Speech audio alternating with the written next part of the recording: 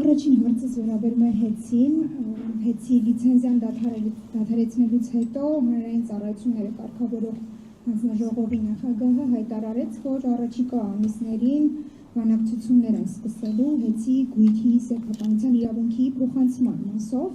Հետաքրքիր է, բանակցությունները սկսվել են թե ոչ, եւ որպես հարցի շարունակություն հետցի լիցենզիան դադարեցնելուց հետո որևէ միջպետական կամ միջազգային գործընթաց սկսել եք այս մասով։ Եվ երկրորդ հարցս վերաբերում է ԶԼՄ-ներում տարածված տեղեկությանը, ըստ փաստաթղթի,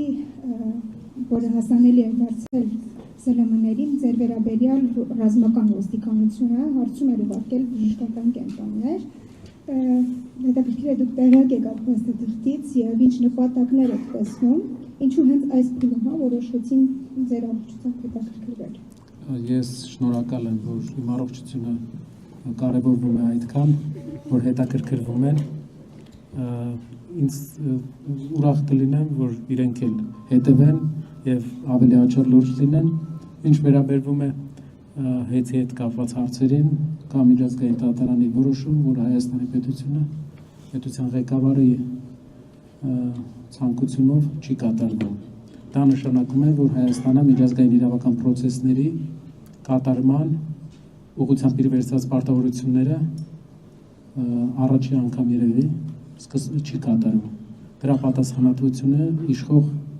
որոշում կայացնողի վրա է, որի հետևանքները ժամանակի ընթացքում ցավոք Հայաստանի Հանրապետությունը ստիպված է լինելու կրել։ Որևէ բանակցություն չենք պատկերացնում, քանի որ կա որոշում, որ այս պրոցեսները դադարեցվի, միջազգային արբիտրաժի որոշում։ Իհարկե աջափնյակի դատարանն էլ կարևոր ինստանցիա է, բայց միջազգային արբիտրաժի որոշումով արդեն ոնց որ այդ որոշումը կա եւ կարծում եմ պետք է պետությունը կատարի, որովհետև դրա հետևանքները կարող են խտրարույց լինել։